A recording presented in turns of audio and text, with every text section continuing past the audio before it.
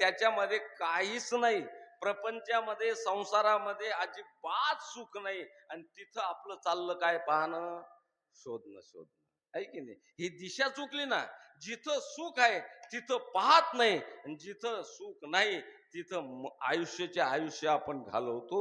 आणि म्हणून याकरता तुकाराम महाराजांना ती दिशा कळली, आणि दिशा कळल्यामुळं भगवंताकडे ते प्रार्थना करतात, देवा माझ्या जीवनात मला हे दे.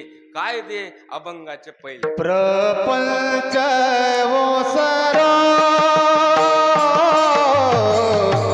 प्रपंच ओसरा,